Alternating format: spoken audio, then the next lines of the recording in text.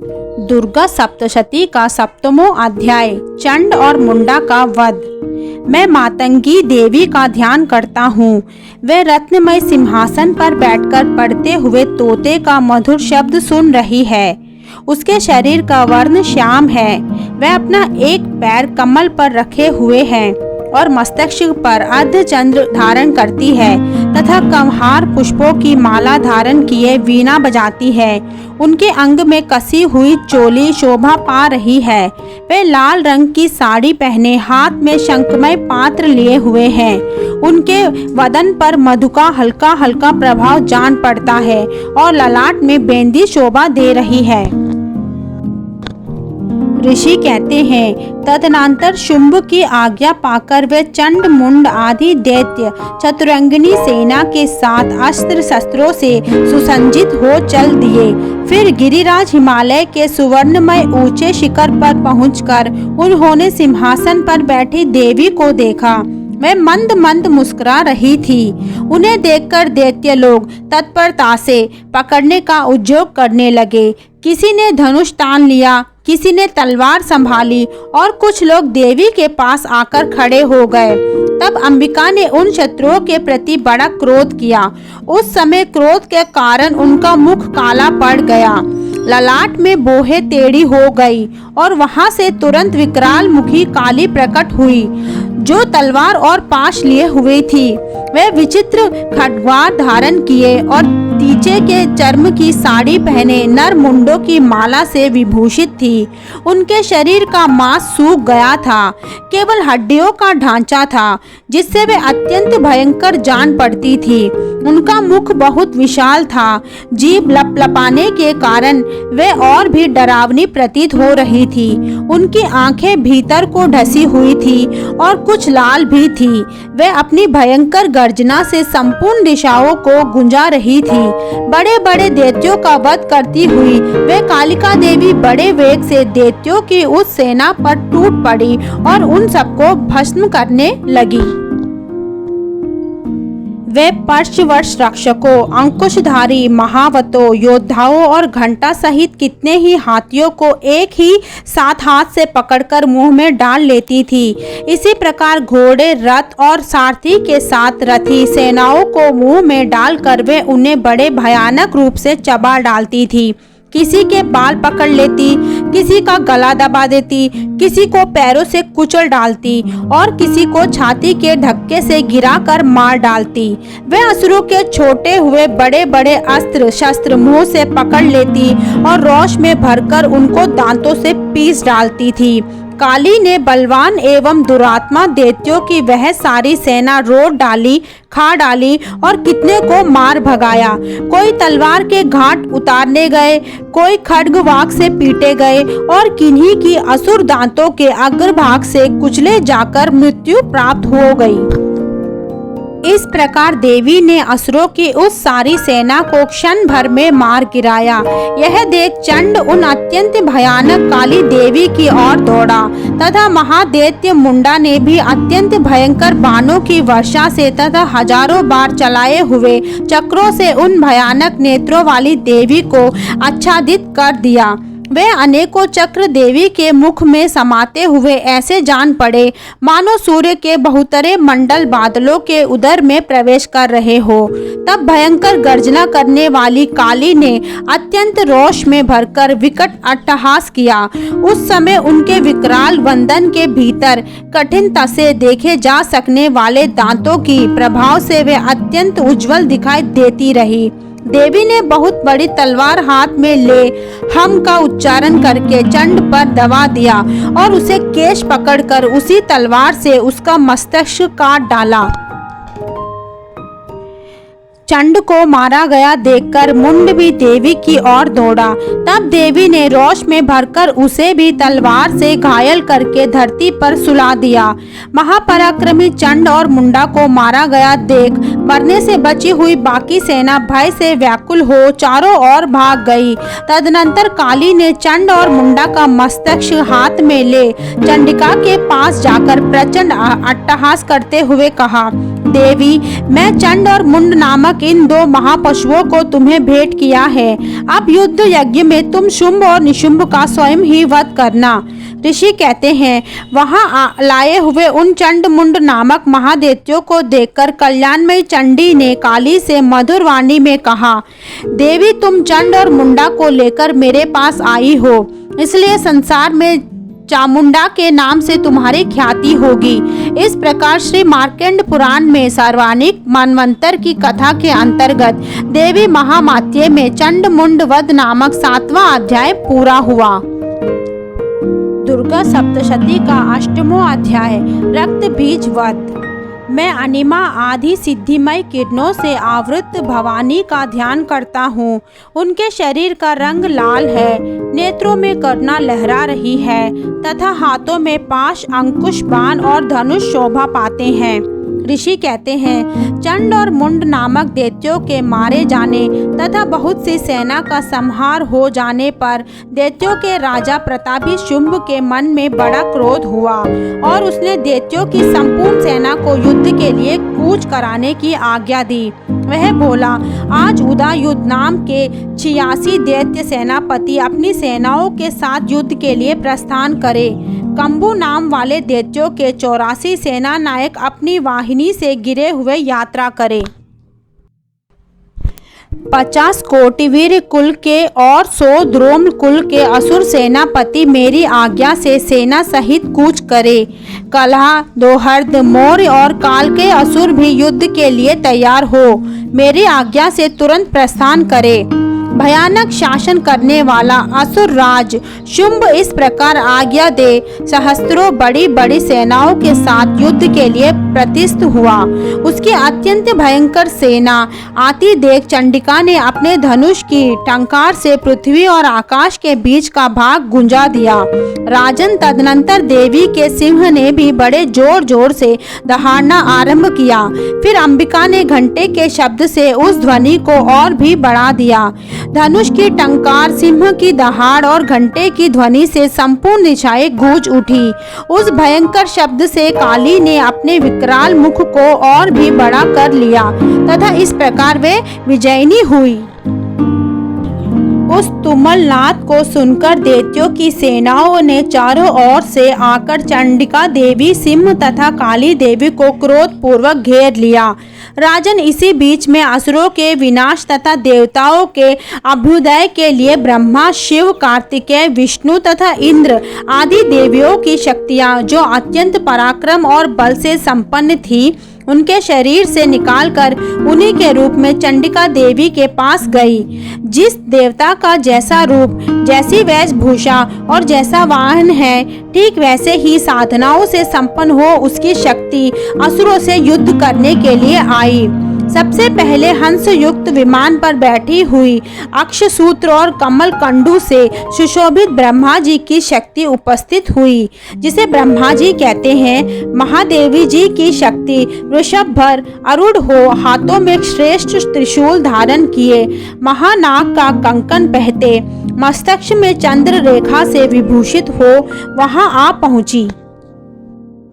कार्तिकेय जी की शक्ति रूपा जगदम्बिका उन्हीं का रूप धारण किए श्रेष्ठ मयूर पर आरूढ़ हो, हाथ में शक्ति लिए दैत्यों से युद्ध करने के लिए आई। इसी प्रकार भगवान विष्णु की शक्ति गरुड़ पर विराजमान हो, शंख चक्र गदा शंख धनुष खड्ग हाथ में लिए वहां आई।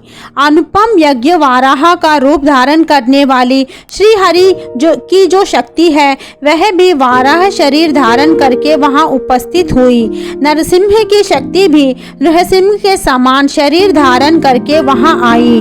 उसकी गर्दन के बालों के झटके से आकाश के तारे बिखरने पड़ रहे थे।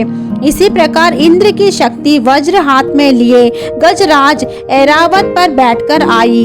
उससे भी सहस्त्र नेत्र थे। इंद्र का जैसा रूप है वैसा ही उसका भी था। तदनंतर उन देव शक्तियों से घिरे हुए महादेव जी ने चंडिका से कहा, मेरी प्रसन्नता के लिए तुम शीघ्र ही इन असुरों का संहार करो। ब्रह्मानी भी जिस जिस ओर दौड़ती उसी ओर अपने कमंडलू का जल छिड़क कर शत्रुओं के ओज और पराक्रमों को नष्ट कर देती थी। महेश्वरी ने त्रिशूल से तथा वैष्णवी ने चक्र से और अत्यंत क्रोध में भरी हुई कुमार कार्तिकेय की शक्तियों ने शक्ति से दैत्यों का संहार आरंभ किया। इंद्र शक्ति के वज्र प्रहार से विदीर्ण हो सैकड़ों दैत्य दानव रक्त की धारा बहाते हुए पृथ्वी पर सो गए। वाराही शक्तियों ने कितने को अपनी थूथू नकी मार से नष्ट किया। दड़ों के अग्रभाग से कितनों की छाती छेद डाली तथा कितने ही दैत्य उसके चक्र की चोट से विदीर्ण होकर गिर पड़े। नरसिंही भी दूसरे महादैत्यों को अपने नखों से विदीर्ण करके खाती और सिंहदाढ़ से दिशाओं एवं आकाश को गुंजाती हुई युद्ध क्षेत्र में विचरने लगी। कितने ही असुर शिवदूती के प्रचंड अट्टहास से अत्यंत भयभीत हो पृथ्वी पर गिर पड़े और गिरने पर उन्हें शिवदूती ने उस समय अपना ग्रास बना लिया। इस प्रकार क्रोध में भरे हुए मातृगणों को नाना प्रकार के उपायों से बड़े बड़े असुरों का मर्दन करते देख दैत्य सैनिक भाग खड़े हुए। मातृगणों से पीड़ित दैत्यों को युद्ध से भगाते देख रक्तबीज नामक महादैत्य क्रोध में भरकर युद्ध करने के लिए आया। उसके शरीर से जब रक्त की बूंद पृथ्वी पर गिरती तब उसी के समान शक्तिशाली एक दूसरा महादैत्य पृथ्वी पर पैदा हो जाता। महासुर रक्त बीज हाथ में गदा लेकर इंद्र शक्ति के साथ युद्ध करने लगा। तब इंद्री ने अपने वज्र से रक्त बीज को मारा। वज्र से घायल होने पर उसके शरीर से बहुत सा रक्त चूने लगा और उसने उसी के समान रूप तथा पराक्रम वाले योद्धा उत्पन्न होने लगे। उसके शरीर से रक्त की जितनी बूंदें गिरी उतने ही पुरुष उत्पन्न हो गए। वह सब रक्त बीज के समान ही वीर्यवान, बलवान तथा पराक्रमी थे। वे रक्त से उत्पन्न होने वाले पुरुष भी अत्यंत भयंकर अस्त्र शस्त्रों का प्रहार करते हुए वहां मातृगणों के साथ घोर युद्ध करने लगे। पुनः वज्र के प्रहार से जब उनका मस्तिष्क घायल हुआ तब रक्त बहने लगा और उससे हजारों पुरुष उत्पन्न हो गए। वैष्णवी ने युद्ध में रक्त बीज पर चक्र का प्रहार किया तथा इंद्री ने उस दैत्य सेनापति को गदा से चोट पहुंचाई। वैष्णवी के चक्र से घायल होने पर उसके शरीर से जो रक्त बहा और उससे जो उसी के बराबर आकार वाले सहस्त्रों महादैत्य प्रकट हुए, उसके द्वारा संपूर्ण जगत व्यापक हो गया। कुमारिनी ने शक्तियों से, वाराही ने खड्ग से और महामहेश्वरी ने त्रिशूल से महादैत्य रक्त बीज को घायल किया। क्रोध में भरे हुए उस महादैत्य रक्त बीज ने भी गदा से सभी मात्र शक्तियों पर पृथक पृथक प्रहार किया। शक्ति और शूल आदि से अनेक बार घायल होने पर जो उसके शरीर से रक्त की धारा पृथ्वी पर गिरी, उससे भी निश्चय ही सैकड़ों असुर उत्पन्न हुए। इस प्रकार उस महादैत्य के रक्त से प्रकट हुए असुरों द्वारा संपूर्ण जगत व्यापक हो गया। इससे उन देवताओं को बड़ा भय हुआ। देवताओं को उदास देख चंडिका ने काली से शीघ्र पूर्वक कहा, चामुंडे, तुम अपना मुख और भी फैलाओ तथा मेरे शस्त्रपास्त्र से गिरने वाले रक्त बिंदुओं और उससे उत्पन्न होने वाली महादैत्यों को तुम अपने इस उतावले मुख से खा जाओ। इस प्रकार रक्त से उत्पन्न होने वाले महादैत्यों का भक्षण करती हुई तुम रण में विचरती रहो। ऐसा करने से उस दैत्य का सारा रक्त क्षीण हो जाने पर वह स्वयं भी नष्ट हो जाएगा।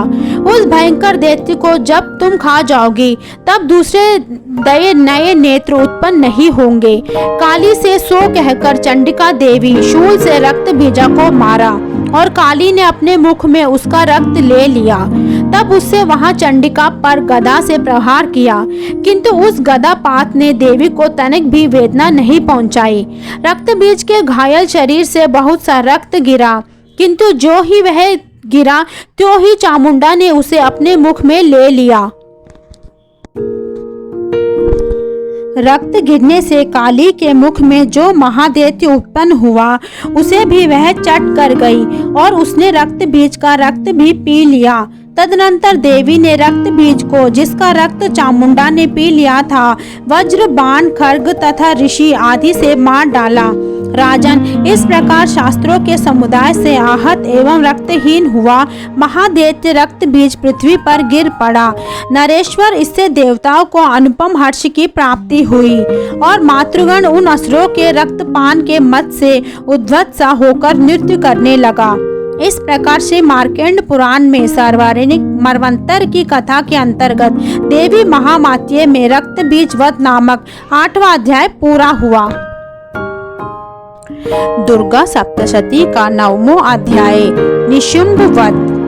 मैं अर्धनारीश्वर के शिव विग्रह की निरंतर शरण लेता हूँ। उसका वर्ण बंदूक पुष्प और सुवर्ण के समान रक्त पीत मिश्रित है। वह अपनी भुजाओं में सुंदर अक्षर माला, पाश, अंकुश और वरद मुद्रा धारण करता है। अर्धचंद्राकार उनका आभूषण है तथा वह तीनों नेत्रों से सुशोभित है। राजा ने कहा, भगवान, आपने रक्त बीज के वध से संबंध में रखने वाला देवी चरित्र का यह अद्भुत महामान्य मुझे बतलाया। अब रक्त बीज के मारे जाने पर अत्यंत क्रोध में भरे हुए शुंभ और निशुंभ ने जो कर्म किया उसे मैं सुनना चाहता हूँ। ऋषि कहते हैं, राजन, युद्ध में रक्त बीज तथा अन्य दैत्यों के बारे में जाने पर शुंभ और निशुंभ के क्रोध की सीमा ना रही। अपनी विशाल सेना इस प्रकार मारी जाती देख निशुंभ आमर्ष में भरकर देवी की ओर दौड़ा। उसके साथ असुरों की प्रधान सेना भी थी। उसके आगे पीछे तथा पार्श्व भाग में बड़े बड़े असुर थे जो क्रोध से होठ चबाते हुए देवी को मार डालने के लिए आए। महापराक्रमी शुंभ भी अपनी सेना के साथ मातृगणों से युद्ध करके क्रोधवश चंडिका को मारने के लिए आ पहुंचा। तब देवी के साथ शुंभ और निशुंभ का घोर संग्राम छिड़ गया। वह दोनों दैत्य मेघों की भांति बाणों की भयंकर वृष्टि कर रहे थे। उन दोनों के चलाए हुए बाणों को चंडिका ने अपने बाणों के समूह से तुरंत काट डाला और शास्त्र समूहों की वर्षा करके उन दोनों दैत्यपतियों के अंगों में भी चोट पहुंचाई। निशुंभे ने तीखी तलवार और चमकती हुई ढाल देखकर देवी के श्रेष्ठ वाहन सिंह के मस्तक पर प्रहार किया। अपने वाहनों को चोट पहुंचाने पर देवी ने शूरप्र नामक बाण से निशुंभे की श्रेष्ठ तलवार तुरंत ही काट डाली और उसकी ढाल को भी, जिसमें 8 चांद जड़े थे, खंड खंड कर दिया। ढाल और तलवार के कट जाने पर उस असुरों ने शक्ति चलाई, किंतु सामने आने वाली देवी ने चक्र से उसके भी 2 टुकड़े कर दिए। अब तो निशुंभ क्रोध से जल उठा और उस दानव ने देवी को मारने के लिए शूल उठाया, किंतु देवी ने समीप आने पर उसे भी मुक्के से मारकर चूर्ण कर दिया। तब उसने गदा घुमाकर चंडिका के ऊपर चलाई, परंतु वह भी देवी के त्रिशूल से कटकर भस्म हो गई। तदनंतर दैत्यराज निशुंभ को फारसा हाथ में लेकर आते देख देवी ने बाण समूह से घायल कर धरती पर सुला दिया। उस भयंकर पराक्रमी भाई निशुंभ के धाराशाही को जाने पर शुंभ को बड़ा क्रोध हुआ और अंबिका का वध करने के लिए वह आगे बढ़ा। रथ पर बैठे बैठे ही उत्तम आयुधों से सुशोभित अपनी बड़ी बड़ी 8 अनुपम भुजाओं से समूचे आकाश को ढककर वह अद्भुत शोभा पाने लगा। उसे आते देख देवी ने शंख बजाया और धनुष की प्रत्यंका भी अत्यंत दुस्सह शब्द किया।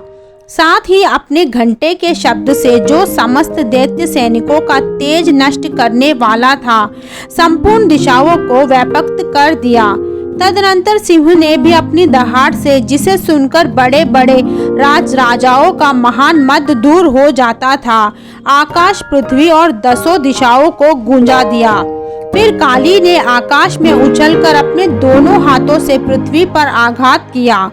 इससे ऐसा भयंकर शब्द हुआ जिससे पहले के सभी शब्द शांत हो गए। तत्पश्चात शिवदूती ने दैत्यों के लिए अमंगलजनक अट्टहास किया। इन शब्दों को सुनकर समस्त असुर थर्रा उठे, किंतु शुंभ को बड़ा क्रोध हुआ। उस समय देवी ने जब शुंभ को लक्ष्य करके कहा, ओ दुरात्मान, खड़ा रह, खड़ा रह। तभी आकाश में खड़े हुए देवता बोल उठे, जय हो, जय हो। शुंभ ने वहां आकर ज्वालाओं से युक्त अत्यंत भयानक शक्ति चलाई। अग्निमय पर्वत के समान आती हुई उन शक्तियों को देवी ने बड़े भारी लूके से दूर हटा दिया। उस समय शुंभ के सिंहासन द्वार से तीनों लोग गूंज उठे। राजन, उसकी प्रतिध्वनि से वज्रपात के समान भयानक शब्द हुआ, जिनसे अन्य शब्दों को जीत लिया। शुंभ के चलाए हुए बाणों के देवी ने, देवी के चलाए हुए बाणों के शुंभ ने अपने भयंकर बाणों द्वारा सैकड़ों और हजारों टुकड़े कर दिए। तब क्रोध में भरी हुई चंडिका ने शुंभ को शूल से मारा। उसके आघात से मूर्छित हो वह पृथ्वी पर गिर पड़ा। इतने में ही निशुंभ को चेतना हुई और उसने धनुष हाथ में लेकर बाणों द्वारा देवी, काली तथा सिंह को घायल कर डाला। फिर उस दैत्यराज ने 10,000 बाहें बनाकर चक्रों के प्रहार से चंडिका को आच्छादित कर दिया। तब दुर्गम पीड़ा का नाश करने वाली भगवती दुर्गा ने कुपित होकर अपने बाणों से उन चक्रों तथा बाणों को काट गिराया। यह देख निशुंभ दैत्य सेना के साथ चंडिका वध करने के लिए हाथ में गदा ले बड़े वेग से दौड़ा। उसके आते ही चंडिका ने तीखी धार वाली तलवार से उसकी गदा को शीघ्र ही काट डाला।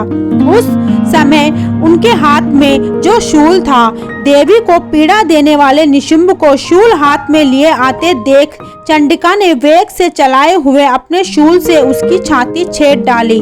शूल से विदीर्ण हो जाने पर उसकी छाती से एक दूसरा महाबली एवं महापराक्रमी पुरुष खड़ी रह कहता हुआ निकला। उस निकलते हुए पुरुष की बात सुनकर देवी ठठार कर हंस पड़ी और खड्ग से उन्होंने उनका मस्तक काट डाला। फिर तो वह पृथ्वी पर गिर पड़ा।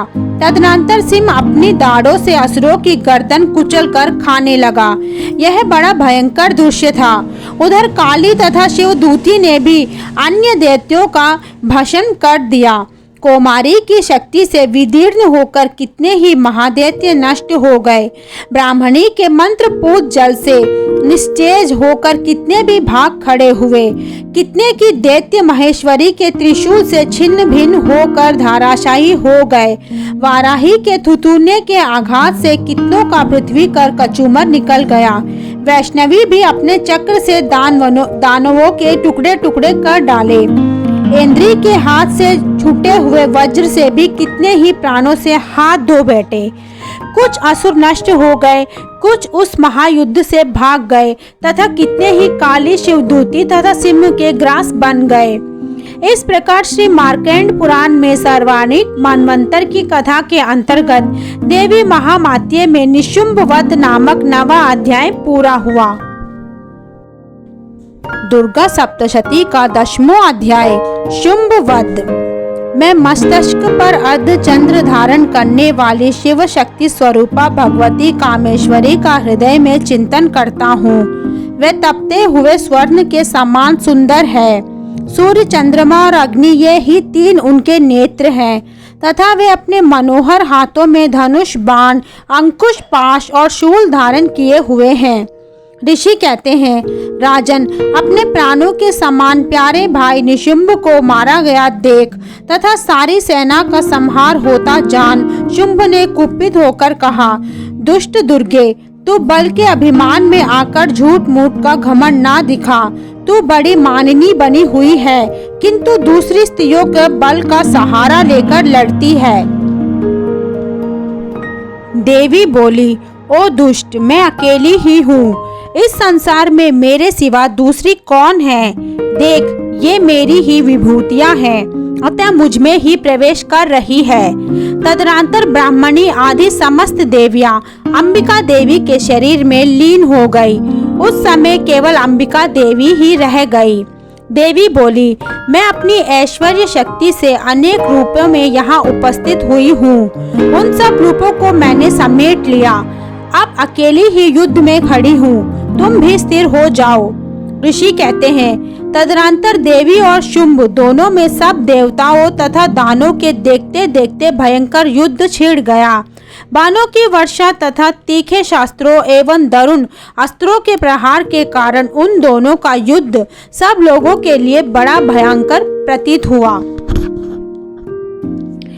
उस समय अंबिका देवी ने जो सैकड़ों दिव्य अस्त्र छोड़े, उन्हें दैत्यराज शुंभ ने उनके निवारण अस्त्रों द्वारा काट डाला।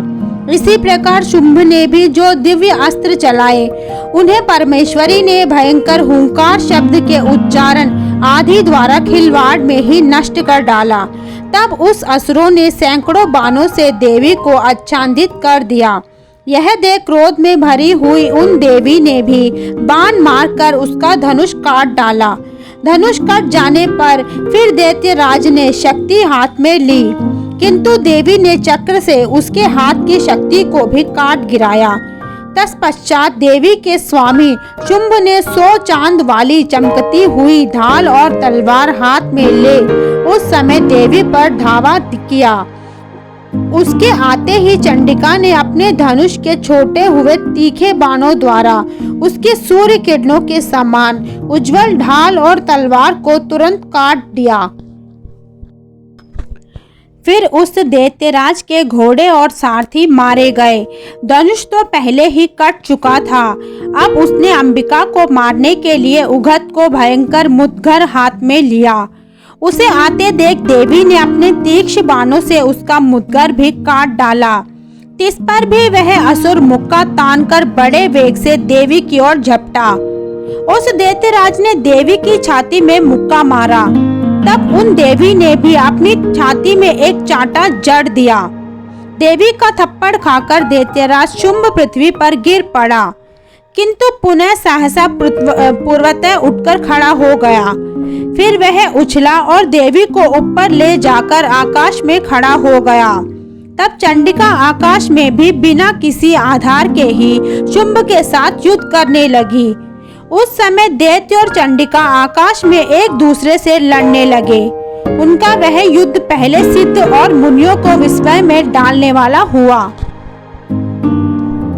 फिर अंबिका ने शुंभ के साथ बहुत देर तक युद्ध करने के पश्चात उसे उठाकर घुमाया और पृथ्वी पर पटक दिया। पटके जाने पर पृथ्वी पर आने के बाद वह दुष्टात्मा दैत्य पुनः चंडिका का वध करने के लिए उनकी ओर बड़े वेग से दौड़ा। तब समस्त दैत्यों के राजा शुंभ को अपनी ओर आते देख देवी ने त्रिशूल से उसकी छाती छेद कर उसे पृथ्वी पर गिरा दिया। देवी के शूल की धार से घायल होने पर उसके प्राण पखेरु उड़ गए और वह समुद्रों, द्वीपों तथा पर्वतों सहित समूची पृथ्वी को कांपता हुआ भूमि पर गिर पड़ा। तदनंतर उस दुष्टात्मा के मारे जाने पर संपूर्ण जगत प्रसन्न एवं पूर्ण स्वस्थ हो गया तथा आकाश स्वच्छ दिखाई देने लगा।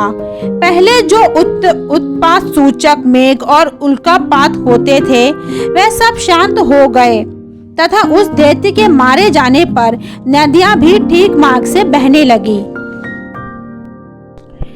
उस समय शुंभ की मृत्यु के बाद संपूर्ण देवताओं का हृदय हर्ष से भर गया और गंधर्वगण मधुर गीत गाने लगे।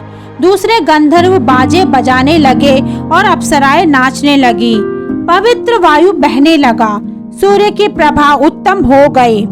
अग्निशाली की बुझी हुई आग अपने आप प्रज्वलित हो उठी तथा संपूर्ण दिशाओं के भयंकर शब्द शांत हो गए। इस प्रकार श्री मार्कंड पुराण में सर्वाणिक मनवंतर की कथा के अंतर्गत देवी महामात्य में शुंभवध नामक 10वां अध्याय पूरा हुआ। दुर्गा सप्तशती का 11वां अध्याय देवताओं द्वारा देवी की स्तुति तथा देवी द्वारा देवताओं को वरदान। मैं भुवनेश्वरी देवी का ध्यान करता हूँ। उनके श्री अंगों की आभा प्रभात काल के सूर्य के समान है और मस्तक पर चंद्रमा मुकुट है। वह उभरे हुए स्तनों और तीनों नेत्रों से युक्त है। उनके मुख पर मुस्कान की छटा छाई रहती है और हाथों में वरद, अंकुश, पाश एवं अभय मुद्रा शोभा पाता है।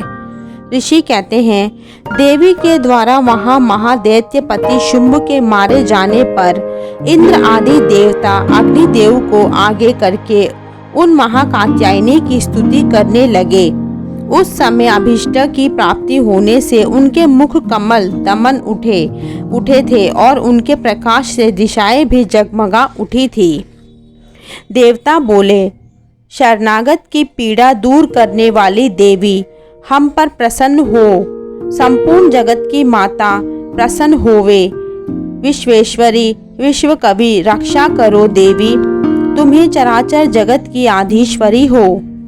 तुम इस जगत का एकमात्र आधार हो, क्योंकि पृथ्वी रूप में तुम्हारी ही स्थिति है। देवी, तुम्हारा पराक्रम अलंघनीय है। तुम ही जल स्वरूप में स्थित होकर संपूर्ण जगत को तृप्त करती हो। तुम अनंत बल संपन्न वैष्णवा की शक्ति हो। इस विश्व की कारण भूता पर माया हो। देवी, तुमने इस समस्त जगत को मोहित कर रखा है। तुम्हें प्रसन्न होने पर इस पृथ्वी पर मोक्ष की प्राप्ति कराती हो। देवी, संपूर्ण विद्याएं तुम्हारे ही भिन्न भिन्न रूप हैं। जगत में जितनी स्त्रियां हैं वे सब तुम्हारी ही मूर्तियां हैं। जगदम्बे, एकमात्र तुमने ही इस विश्व को व्यापक कर रखा है। तुम्हारी स्तुति क्या हो सकती है। तुम तो स्तवन करने योग्य पदार्थों से भरे एवं पारावानी हो। जब तुम सर्व स्वरूपा देवी, स्वर्ग तथा मोक्ष प्रदान करने वाली हो, तब इसी रूप में तुम्हारी स्तुति हो गई। तुम्हारी स्तुति के लिए इससे अच्छी उक्तियां और क्या हो सकती है। बुद्धि रूप से जब लोगों के हृदय में विराजमान रहने वाली तथा स्वर्ग एवं मोक्ष प्रदान करने वाली नारायणी देवी, तुम्हें नमस्कार है। काला, काष्ठा आदि के रूप से प्रकाश, परिणाम, अवस्था परिवर्तन की ओर ले जाने वाली तथा विश्व का उपहंकार करने वाली समर्थ नारायणी, तुम्हें नमस्कार है। नारायणी, तुम सब प्रकार का मंगल प्रदान करने वाली मंगलमयी हो। कल्याणदायिनी भी शिवा हो। सब पुरुषार्थों को सिद्ध करने वाली शरणागत वात्सल्या, तीनों नेत्रों वाली एवं गौरी हो। तुम्हें नमस्कार है। तुम सृष्टि, पालन और संहार की शक्ति भूता सनातनी देवी, गुणों का आधार तथा स्वर्ग गुणमयी हो। नारायणी, तुम्हें नमस्कार है। शरणों में आए हुए दीनों एवं पीड़ितों की रक्षा में संकलन रहने वाली तथा सबकी पीड़ा दूर करने वाली नारायणी देवी, तुम्हें नमस्कार है। नारायणी, तुम ब्राह्मणी का रूप धारण करके हंसों से जुते हुए विमान पर बैठती तथा कुश मिश्रित जल छिड़कती रहती हो। तुम्हें नमस्कार है। महेश्वरी रूप से त्रिशूल, चंद्रमा एवं सर्प को धारण करने वाली तथा महान वृषभवी की पीठ पर बैठने वाली नारायणी देवी, तुम्हें नमस्कार है। मोरों और मुर्गों से घिरी रहने वाली तथा महाशक्ति धारण करने वाली कौमारी रूप धारणी निष्पापे नारायणी, तुम्हें नमस्कार है। शंख, चक्र, गदा और शंख धनुष रूप उत्तम आयुधों को धारण करने वाली वैष्णवी शक्ति रूपा नारायणी, तुम्हें प्रसन्न हो जाओ, तुम्हें नमस्कार है। हाथ में भयानक महाचक्र लिए और दाढ़ों पर धरती को उठाए वाराही रूप धारिणी कल्याणमयी नारायणी, तुम्हें नमस्कार है। भयंकर सुरसंस रूप से दैत्यों के वध के लिए उद्योग करने वाली तथा त्रिभुवन की रक्षा में संकलन रहने वाली नारायणी, तुम्हें नमस्कार है। मस्तक पर किरीट और हाथ में महावज्र धारण करने वाले, सहस्त्र नेत्रों के कारण उद्रिक्त दिखाई देने वाली और वृत्तासुर के प्राणों का अपहरण करने वाली इंद्र शक्ति स्वरूपा नारायणी देवी, तुम्हें नमस्कार है। शिवदीति रूप से दैत्यों की महती सेना का संहार करने वाली, भयंकर रूप धारण तथा विकट गर्जना करने वाली नारायणी, तुम्हें नमस्कार है। दड़ों के कारण विकराल मुख वाली, मुंडमाला से विभूषिती मुंडमर्दिनी चंडमुंडा स्वरूपा नारायणी तुम्हें नमस्कार है। लक्ष्मी, लज्जा, महाविद्या, श्रद्धा, पुष्टि, स्वाधा, ध्रुवा, महारात्रि तथा महा अविद्या रूपी नारायणी तुम्हें नमस्कार है। मेधा, सरस्वती, वारा, श्रेष्ठा, भूति, ऐश्वर्य रूपा, ब्राह्मरी, भूरे रंग की अथवा पर्वती, तामसी, महाकाली, नियता तथा ईशा, सब आदिश्वरी रूपिणी नारायणी तुम्हें नमस्कार है। सर्वस्वरूपा, सर्वेश्वरी तथा सब प्रकार की शक्तियों से संपन्न विद्या रूप में दुर्गा देवी, सब भयों से हमारी रक्षा करो तुम्हें नमस्कार है। कात्यायनी, यह 3 लोकों से विभूषित तुम्हारा सौम्य मुख सब प्रकार के भयों से हमारी रक्षा करे तुम्हें नमस्कार है। भद्रकाली, ज्वाला के कारण विकराल प्रतीत होने वाला, अत्यंत भयंकर और समस्त असुरों का संहार करने वाला तुम्हारा त्रिशूल भय से हमें बचाए तुम्हें नमस्कार है। देवी, जो अपनी ध्वनि से संपूर्ण जगत को व्यापक करके दैत्यों के तेज नष्ट किए जाते हैं, वह तुम्हारा घंटा हम लोगों की पापों से उसी प्रकार रक्षा करे जैसे माता अपने पुत्रों की बुरे कर्मों से रक्षा करती है।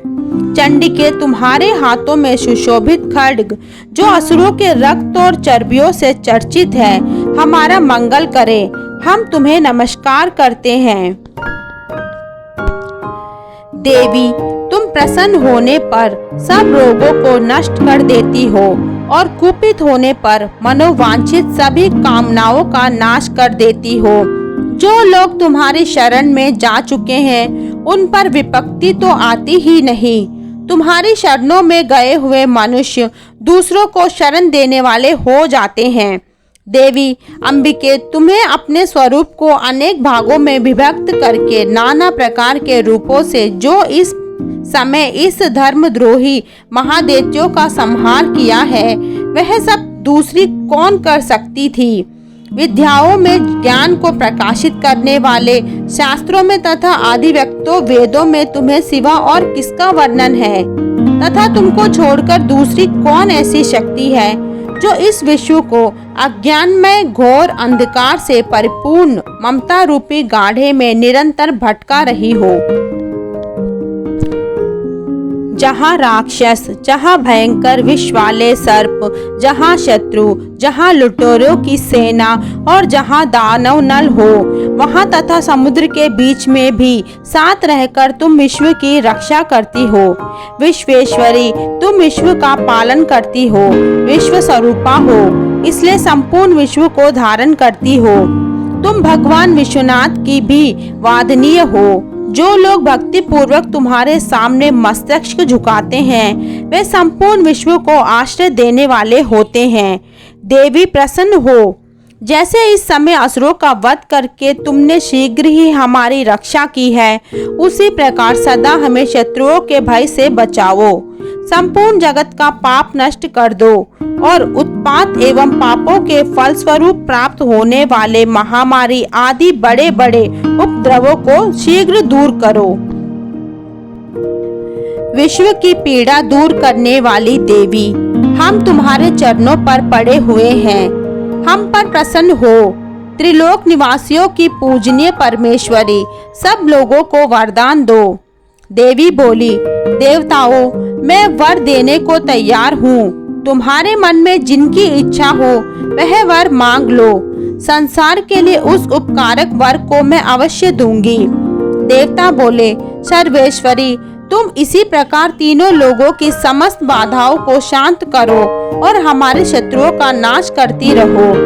देवी बोली, देवताओं, वैवस्व मानवंतर के 28वें युग में शुंभ और निशुंभ नामक 2 अन्य महादैत्य उत्पन्न होंगे। तब मैं नंद गोप के घर में उनकी पत्नी यशोदा के गर्भ से अवतरीन हो विंध्याचल में जाकर रहूंगी और उक्त दोनों असुरों का नाश करूंगी। फिर अत्यंत भयंकर रूप से पृथ्वी पर अवतार ले मैं वैचलित नाम वाले दानों का वध करूंगी। उन भयंकर महादैत्यों को भक्षण करते समय मेरे दांत अनार के फूलों की भांति लाल हो जाएंगे तब मैं स्वर्ग में देवता और मर्यलोक में मनुष्य सदा मेरी स्तुति करते हुए मुझे रक्त दंतिका कहेंगे। फिर जब पृथ्वी पर 100 वर्षों के लिए वर्षों रुक जाएगी और पानी का अभाव हो जाएगा, उस समय मुनियों के स्तवन करने पर मैं पृथ्वी पर आयोजनीय रूप में प्रकट होऊंगी और 100 नेत्रों से मुनियों को देखूंगी। अतः मनुष्य शताक्षी इस नाम से मेरा कीर्तन करेंगे। देवताओं, उस समय मैं अपने शरीर से उत्पन्न हुए शकों द्वारा समस्त संसार का भरण पोषण करूंगी। जब तक वर्षा नहीं होगी तब तक वे शाक ही सबके प्राणों की रक्षा करेंगे। ऐसा करने के कारण पृथ्वी पर शांभवी के नाम से मेरी ख्याति होगी। उसी अवतार में मैं दुर्म का नामक महादैत्य का वध भी करूंगी। इससे मेरा नाम दुर्गा देवी के रूप से प्रसिद्ध होगा। फिर मैं जब भीम रूप धारण करके मुनियों की रक्षा के लिए हिमालय पर रहने वाले राक्षसों का भक्षण करूंगी, उस समय सब मुनि भक्ति से नतमस्तक होकर मेरी स्तुति करेंगे। तब मेरा नाम भीमा देवी के रूप में विख्यात होगा। जब अरुण नामक दैत्य तीनों लोकों में भारी उपद्रव मचाएगा, तब मैं तीनों लोकों का हित करने के लिए 6 पैरों वाले असंख्य भ्रामरों का रूप धारण करके उस महादैत्य का वध करूंगी। उस समय सब लोग भ्रामरी के नाम से चारों ओर मेरी स्तुति करेंगे। इस प्रकार जब जब संसार में दानवी बाधा उपस्थिति होगी, तब तब अवतार लेकर मैं शत्रुओं का संहार करूंगी। इस प्रकार श्री मार्कंड पुराण में सर्वाणिक महामंत्र की कथा के अंतर्गत देवी महावाक्य में देवी स्तुति नामक 11वां अध्याय पूरा हुआ। श्री दुर्गा सप्तशती का 10वां अध्याय देवी चरित्रों के पाठ का महत्व। मैं 3 नेत्रों वाली दुर्गा देवी का ध्यान करता हूँ। उनके श्री अंगों की प्रभा बिजली के समान है। वह सिंह के कंधे पर बैठी हुई भयंकर प्रतीत होती है। हाथों में तलवार और ढाल लिए अनेक कन्याएं उनकी सेवाओं में खड़ी है। वे अपने हाथों में चक्र, गदा, तलवार, ढाल, बाण, धनुष, पाश और तर्जनी मुद्रा धारण किए हुए हैं। उनका स्वरूप अग्निमय है तथा वे माथे पर चंद्रमा का मुकुट धारण करती है। देवी बोली, देवताओं, जो एकाग्रचित होकर प्रतिदिन इन स्तुतियों को मेरा स्तवन करेगा, उनकी सारी बाधा मैं निश्चय ही दूर कर दूंगी। जो मधुकेट भग का नाश, महिषासुर का वध तथा शुंभ निशुंभ के संहार के प्रसंग का पाठ करेगा तथा अष्टमी, चतुर्दशी और नवमी को भी जो एकाग्रचित हो भक्ति पूर्वक मेरे उत्तम महामंत्र का श्रवण करेंगे, उन्हें कोई पाप नहीं छू सकेगा। उन पर पाप जनित आपत्तियां भी नहीं आएंगी। उनके घर में कभी दरिद्रता नहीं होगी तथा उनको कभी प्रेमी जनों के विछोह का कष्ट भी नहीं भोगना पड़ेगा। इतना ही नहीं, उन्हें शत्रु से, लुटेरों से, राजा से, शास्त्रों से, अग्नि से तथा जल की राशियों से भी कभी भय नहीं होगा। इसलिए सबको एकाग्रचित होकर भक्ति पूर्वक मेरे इस महामान्य को सदा पढ़ना और सुनना चाहिए। यह परम कल्याण कारक है। मेरा महत्य महामारी जनित समस्त उपद्रवों तथा आध्यात्मिक आदि तीनों प्रकार के उत्पन्नों को शांत करने वाला है। मेरे जिस मंदिरों में प्रतिदिन विधि पूर्वक मेरे इस महामात्य का पाठ किया जाता है, उस स्थानों को मैं कभी नहीं छोड़ूंगी। वहाँ सदा ही मेरा सन्निधान बना रहता है। बलिदान, पूजा, होम तथा महोत्सव के अवसरों पर मेरे इस चरित्र का पूरा पाठ और श्रवण करना चाहिए। ऐसा करने पर मनुष्य विधि को जानकर या बिना जाने भी मेरे लिए जो बलि, पूजा या होम आदि करेगा, उसे मैं बड़ी प्रसन्नता के साथ ग्रहण करूंगी। शरनत काल में जो वार्षिक महापूजा की जाती है, उस अवसर जो मेरे इस महामात्य को भक्ति पूर्वक सुनेगा, वह मनुष्य मेरे प्रसाद से सब बाधाओं से मुक्त तथा धन, धान्य एवं पुत्र से संपन्न होगा। इसमें तनिक भी संदेश नहीं है। मेरे इस महामात्य मेरे प्रभुवक्ता की सुंदर गाथाएं तथा युद्ध में किए हुए मेरे पराक्रम सुनने से मनुष्य निर्भर हो जाता है। मेरे महामात्य का श्रवण करने वाले पुरुषों के शत्रु नष्ट हो जाते हैं, उन्हें कल्याण की प्राप्ति होती है तथा उनका कुल आनंदित रहता है। सर्वत्र शांति कर्म में पूरे स्वप्न दिखाई देने पर तथा ग्रह जनित भयंकर पीड़ा उपस्थित होने पर मेरा महामान्य श्रवण करना चाहिए। इससे सब विघ्न तथा भयंकर ग्रह पीड़ाएं शांत हो जाती है और मनुष्यों द्वारा देखा हुआ दुस्वप्न शुभ स्वप्न में परिवर्तित हो जाता है। बाल ग्रहों से आक्रांत हुए बालकों के लिए यह महामान्य शांति कारक है तथा मनुष्यों के संगठन में फूट होने पर यह अच्छी प्रकार मित्रता कराने वाला है। यह महामान्य समस्त दुराचारियों के बल का नाश करने वाला है। इसके पाठ मात्र से राक्षसों, भूतों और पिशाचों का नाश हो जाता है। मेरा यह सब महामान्य मेरे समिव्याप्ति की प्राप्ति करने वाला है। पशु, पुष्प, अर्घ, धूप, दीप, गंध आदि उत्तम सामग्रियों द्वारा पूजन करने से, ब्राह्मणों को भोजन कराने से, होम करने से, प्रतिदिन अभिषेक करने से, नाना प्रकार के अन्य भोगों का अर्पण करने से तथा दान देने वाले आदि से 1 वर्ष तक जो मेरी आराधना की जाती है और उससे मुझे जिनकी प्रसन्नता होती है, उतनी प्रसन्नता इस उत्तम चरित्र का एक बार श्रवण करने मात्र से हो जाती है। यह महामान्य श्रवण करने पर पापों को हर लेता है और आरोग्य प्रदान करता है। मेरे प्रादुर्भाव का कीर्तन समस्त भूतों से रक्षा करता है तथा मेरा युद्ध विषयक चरित्र दुष्ट दैत्यों का संहार करने वाला है।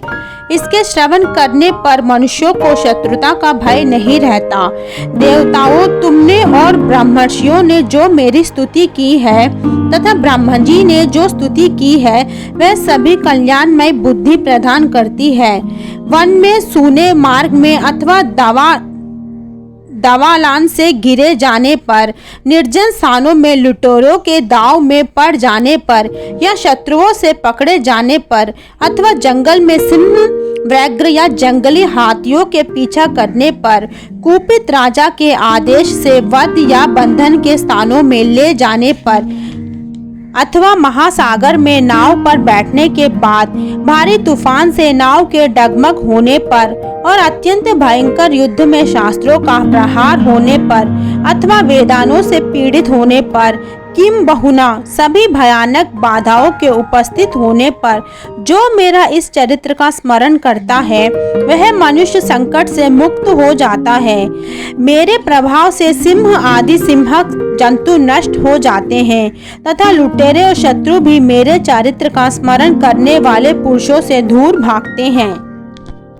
ऋषि कहते हैं, यो कहकर प्रचंड पराक्रमी वाली भगवती चंडिका सब देवताओं को देखते देखते वहीं अंतरार्ध हो गई। फिर समस्त देवता भी शत्रुओं के मारे जाने से निर्भय हो पहले की ही भांति यज्ञ भाग का उपभोग करते हुए अपने अपने अधिकार का पालन करने लगे। संसार का विध्वंस करने वाले महाभयंकर अतुल पराक्रमी देश शत्रु शुंभ तथा महाबली निशुंभ के युद्ध में देवी द्वारा मारे जाने पर शेष दैत्य पाताल लोक में चले गए। राजन, इस प्रकार भगवती अंबिका देवी नित्य होती हुई भी पुनः पुनः प्रकट होकर जगत की रक्षा करती है।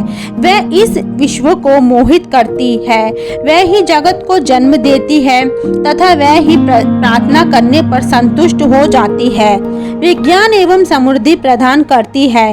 राजन, महाप्रलय के समय महामारिका का स्वरूप धारण करने वाली वह महाकाली ही इस समस्त ब्रह्मांड में व्यापक है।